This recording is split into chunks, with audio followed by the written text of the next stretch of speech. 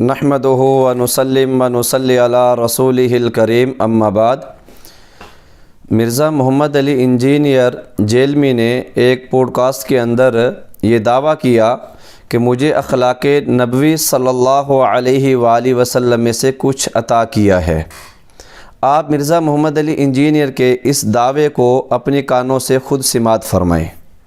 یہ نبیوں والی جو اخلاق نبوت ہے نا، اللہ تعالیٰ نے اس کا کچھ حصہ مجھے دیا ہے۔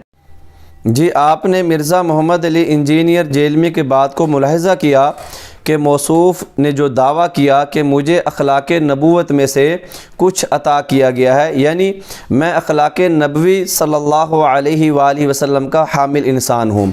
اب ہم مرزا محمد علی انجینئر جیلمی کے ان اخلاقیات کا ایک تھوڑا سا منظرنامہ آپ کو دکھانا چاہتے ہیں، اور آپ خود فیصلہ کریں کہ یہ انسان اخلاق نبوی کے حامل ہونے کا جو دعویٰ کرتا ہے اس میں یہ کتنا سچا ہے۔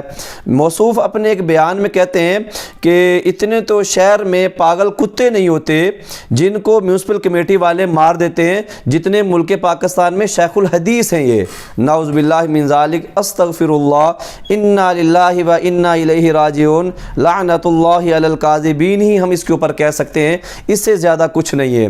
یعنی شیخ الحدیث کس سے کہتے ہیں؟ ہمارے ملک پاکستان بر صغیر پاک و ہند عالم اسلام کے اندر شیخ الحدیث کا جو ٹائٹل ہے یہ اس بندے کو دیا جاتا ہے جو حدیث کے فن کے اوپر مہارت رکھنے والا انسان ہو۔ تو مرزا محمد علی انجینئر ملک پاکستان میں جو شیوخ الحدیث پائے جاتے ہیں ان کو پاگل کتوں کے ساتھ تشبیہ دے رہا ہے۔ یہ استغفر اللہ، الیاذ باللہ۔ موصوف کی یہ بات بھی ذرا ملاحظہ کیجئے۔ تو ایک محلے میں اتنے پاگل کتے نہیں ہیں کہ جن کو کمیٹی والے مار دیتے ہیں، اتنے شیخ الحدیث پاکستان میں گھومتے پھر رہے ہیں۔ 4 حدیث۔ جی، آپ نے مرزا محمد علی انجینئر کی اس بات کو ملاحظہ کیا جس میں مرزا محمد علی انجینئر مغلظات کا بڑے بھرپور طریقے سے استعمال کر رہا ہے۔ حالانکہ یہ بندہ اخلاق نبوی کا حامل ہونے کا دعوے دار ہے۔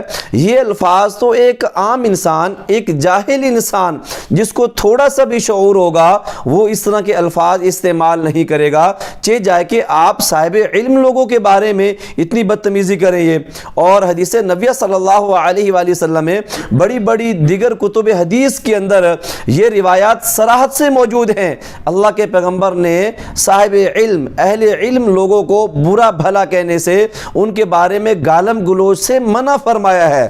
اور مرزا انجینئر جو اخلاق نبوی کے حامل ہونے کے دعوے دار ہے وہ موصوف علماء کے بارے میں پاگل کتوں جیسے الفاظ، جو انتہائی گھٹیا نہیں، نامناسب تو بہت چھوٹا لفظ ہے، انتہائی گھٹیا الفاظوں کا برملا استعمال کر رہا ہے۔ یہ حدیث نبی صلی اللہ علیہ وسلم میں آتا ہے، اللہ کے پیغمبر نے شاہ فرمایا انما بعثت لاتمم مکارم الاخلاق، میری بعثت کا، میری آمد کا ایک مقصد یہ بھی ہے کہ میں اچھے اخلاق کی تکمیل کر دوں۔